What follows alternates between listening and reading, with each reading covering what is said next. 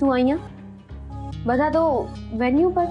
હા, બધા ગયા ને એટલે જ હું ચાન્સ મળ્યો તો અહીંયા આવી ગઈ.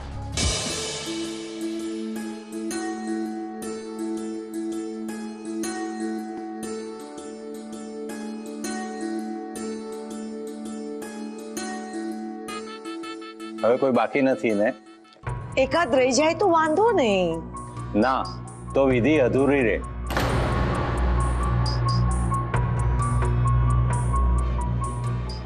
ના, બધા આવી ગયા.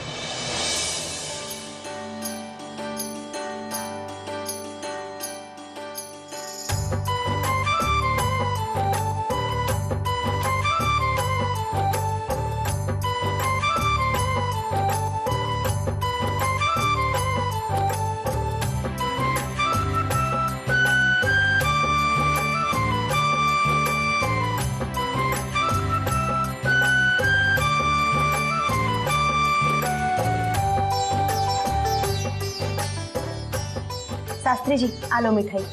વાહ બેટા, તું એકદમ ટાઈમસર આવી. લાવ હવે તને નાડા છડી બાંધીએ.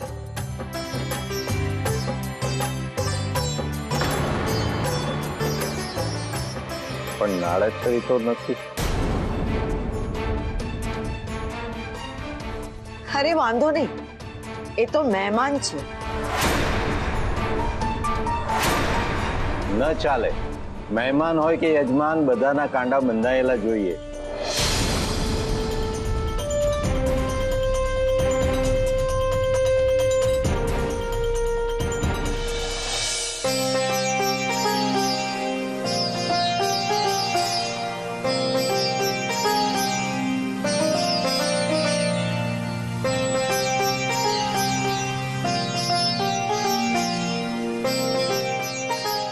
લાવ બેટા.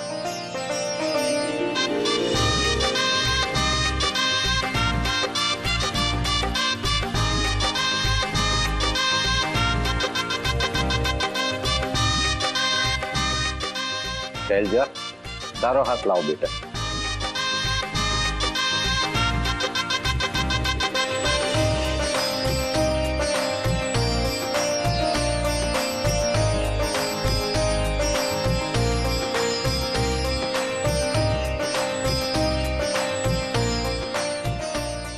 મીંડળ વિધિ સંપન્ન થઈ.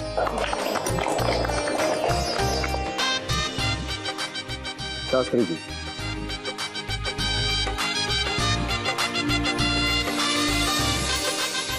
હવે જ્યાં સુધી મેરેજ પૂરા ના થાય ત્યાં સુધી તારે ઘરની બહાર નથી જવાનું.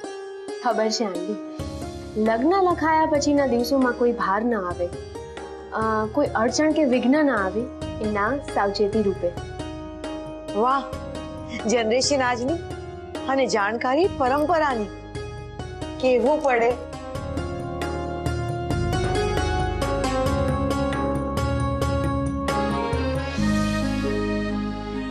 હવે માન્યતા પણ ઘરની બહાર પગ નહીં.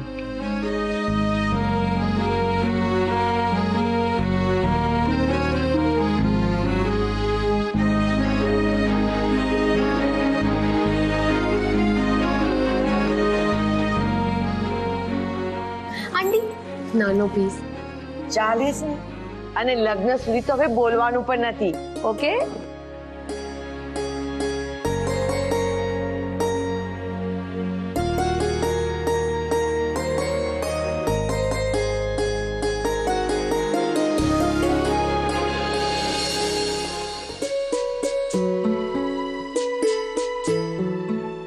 માન્યતા, હા માસી, બોલો. શું કામ હતું? હું તને કામ માટે જ યાદ કરું છું. ના, ક્યારેય નહીં. તો હવે જરાક શ્વાસ લે. તમને જોઉં એટલે મારા આખા દિવસનો શ્વાસનો કોટો પૂરો થઈ જાય. ચાંપલી બનાવી કોણે? મેં એમ જ કહેવા માંગે છે ને?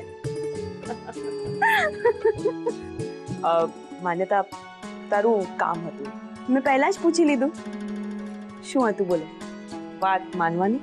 બીજા ના પાડે તો પણ માનીશ. Promise? 1001% promise.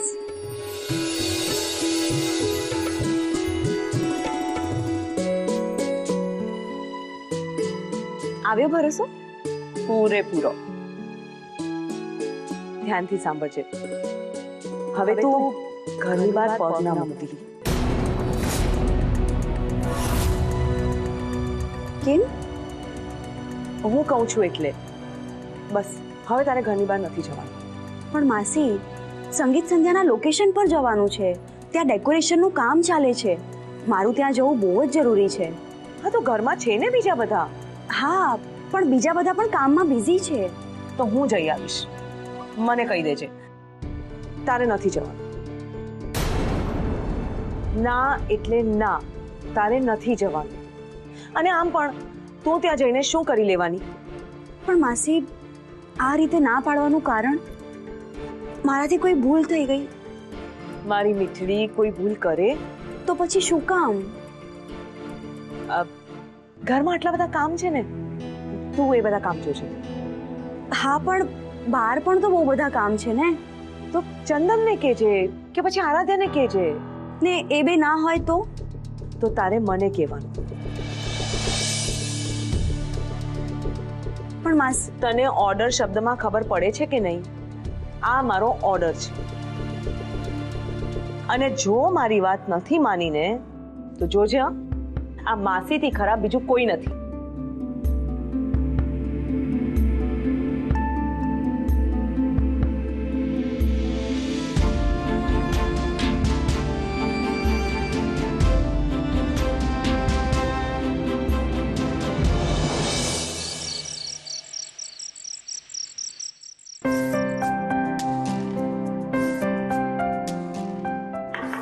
Yes, come in.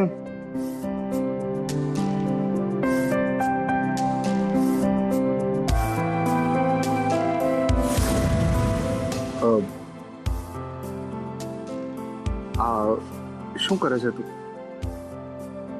ઘરના બધા મેરેજની અને સંગીત સંધ્યાની જગ્યા જોવા ગયા છે. એટલે ઘરમાં અત્યારે કોઈ નહીં. So what?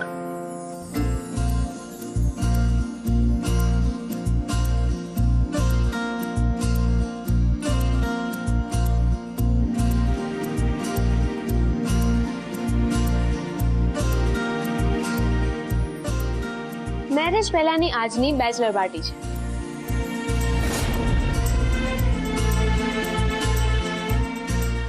એકનો એક સવાલ તે 3 વાર પૂછી લીધો છે અને મેં 3 વાર આનો જવાબ આપી દીધો છે. મને આ બધામાં ઇન્ટરેસ્ટ નથી. હું ક્યાંય નથી જવાનો. મેં તો એવું સાંભળ્યું છે કે ધનરાજ કશ્યપ પાર્ટી બગ હતો. ક્યાં ગયો એ Dhanraj? Here only. But for your kind information, મીંઢળ બંધાઈ ગયું છે. એટલે હું ક્યાંય નથી જવાનો. તો બેસ્ટ છે ને. આપણે બેચલર પાર્ટી સેલિબ્રેટ કરીએ. ઓકે. ધનરાજ, આ શીરો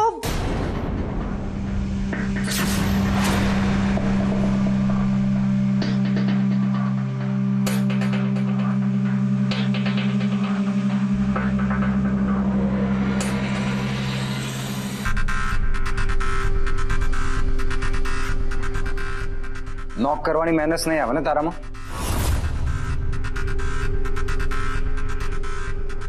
રાઈટ. મેરેજ પહેલા જ જો આ હાલ હોય તો મેરેજ પછી તો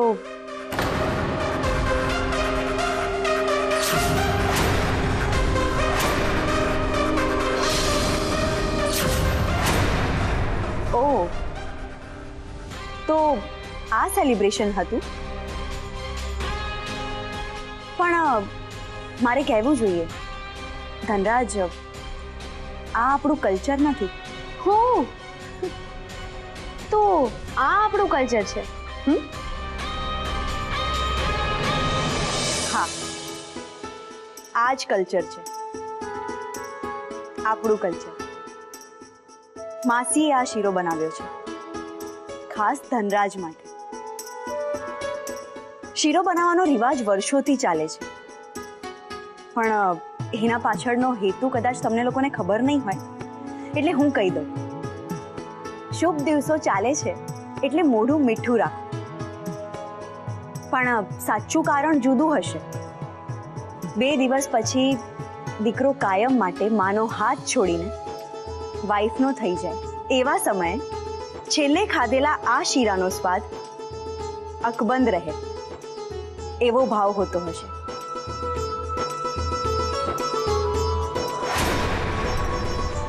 માસીએ મને આપવાનું કહ્યું એટલે હું આપવા આવી ગઈ.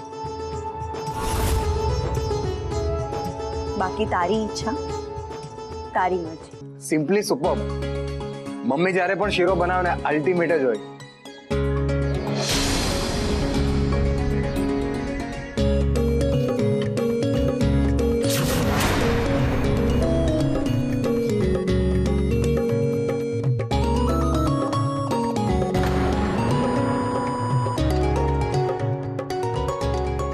વાહ.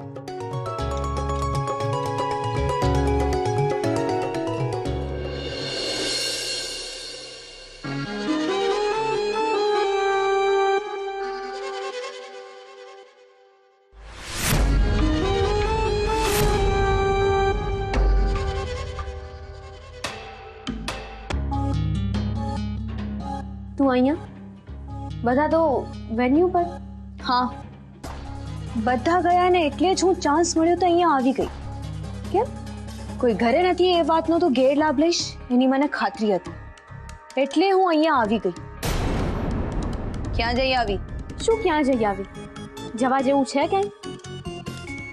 જવા જેવી એક જગ્યા હતી પણ એ છે ને, એ એટલે કોણ?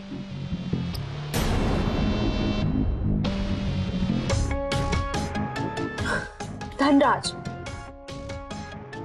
ખરેખર બહુ અનરોમેન્ટિક માણસ છે. જ્યારે પહેલી વાર તારી પાસેથી સાંભળ્યું ત્યારે મને થયું કે જલ્દી જઈને એને મળું. બહાર પણ બધા એવું કહેતા કે મોસ્ટ એલિજિબલ બેચલર. જાણ્યું કે ધનરાજ સાથે અફેર માટે બધું કરી આપ્યું. ત્યારે મને થયું કે હું દુનિયાની સૌથી લકી ગર્લ છું. પણ સચ અ હોપલેસ કેસ. ના, તારી ભૂલ છે.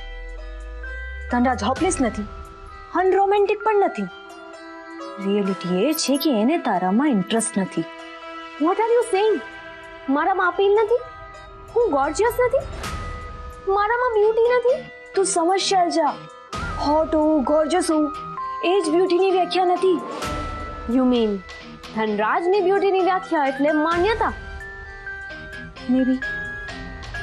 જો એ હોય ને તો ખરેખર મારે રસ્તો કાઢવો જ પડશે. થયું શું? અરે યાર, ગમે ત્યારે ટપકી પડે છે. યુ મીન હમણાં? હા, હમણાં પણ. સમજાય એવું કહીશ. હું છે ને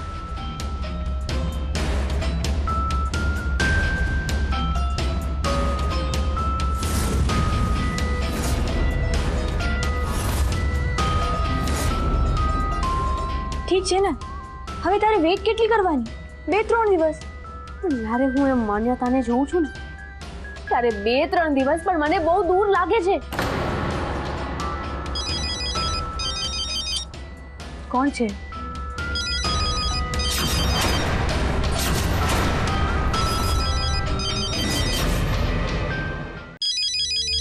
ફોન ઉપાડ. નથી ઉપાડી. ખોટો હેરાન કરે છે. તો થઈ જા અત્યારે હેરાન. તું સમજ, અત્યારે આપણે એને સાચવી લેવાનું છે. 2-3 દિવસ. ફોન ઉપાડ.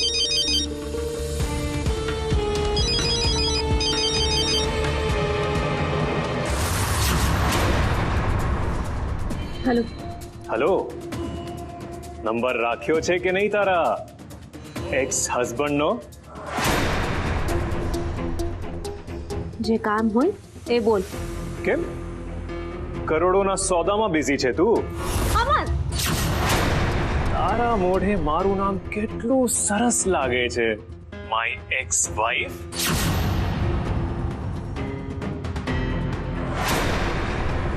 જે કામ હોય ને એ કે જલ્દી. એક નહીં, 4 કામ છે.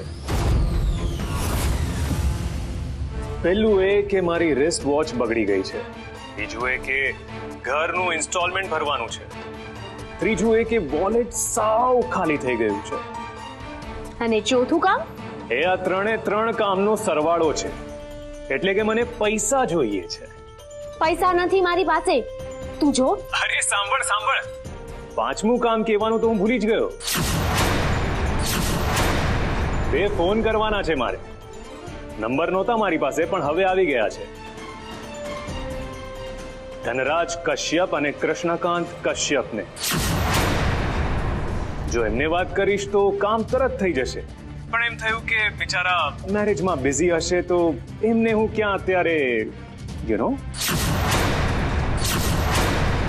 ચાંદની, સાચી વાત છે ને મારી?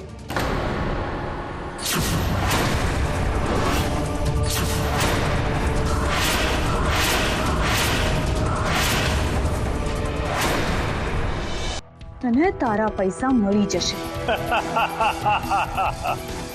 જોયું શૈલજા, સ્માર્ટ ફ્રેન્ડ રાખવાનો આ ફાયદો થાય, તરત જજમેન્ટ મળી જાય. જો ચાંદની, હું આવું છું પૈસા લેવા. ના, હમણાં નહીં. એ લોકોને પાછા આવવાનો ટાઈમ થઈ ગયો છે. તો પછી મોડી રાતે આવું? મોડી રાત તો આમ પણ આપણને બંનેને ફાવશે. ના, પૈસા આપવા હું આવીશ અને આવતા પહેલા તને કોલ કરીશ. તું પૈસા આપવા જઈશ? Don't be stupid. ભાન છે તને? તારા હાથમાં મિંડળ બંધાઈ છે. ઇમરજન્સીમાં ક્યાંય પણ જવાની છૂટ હોય. અને આમ પણ હું આ બધામાં નથી માનતી. ના, હું જઈ આવીશ, તું રહેવા દે. ના ચાંદની, આ વખતે મને હેન્ડલ કરવા દે. જો શૈલજા, તારા મનમાં બીજું કંઈ? ના, પ્રોમિસ. તું કે ના સોગન, બસ.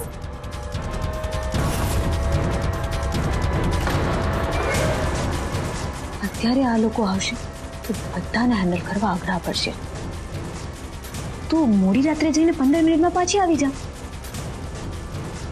એ જ બેસ્ટ છે. તું સમજ.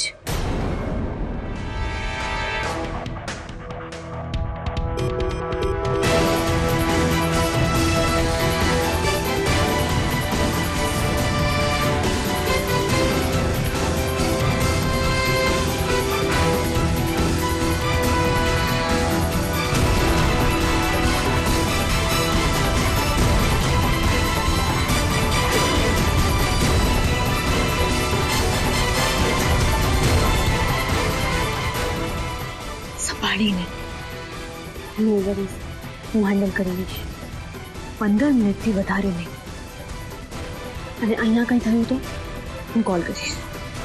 હું આ ગઈ અને આ ફાસ્ટ ક્વિક.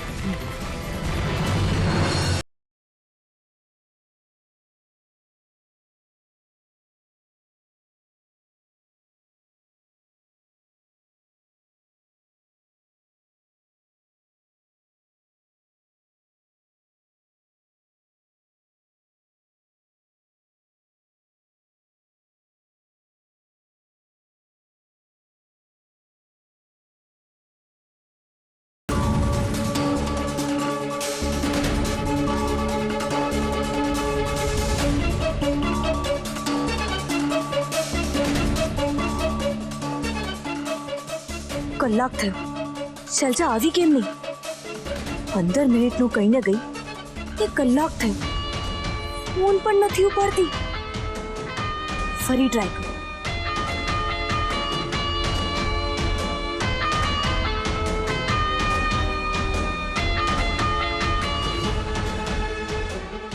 નક્કી અમર સાથે કઈ થયું હશે. કોઈને વાત કરું.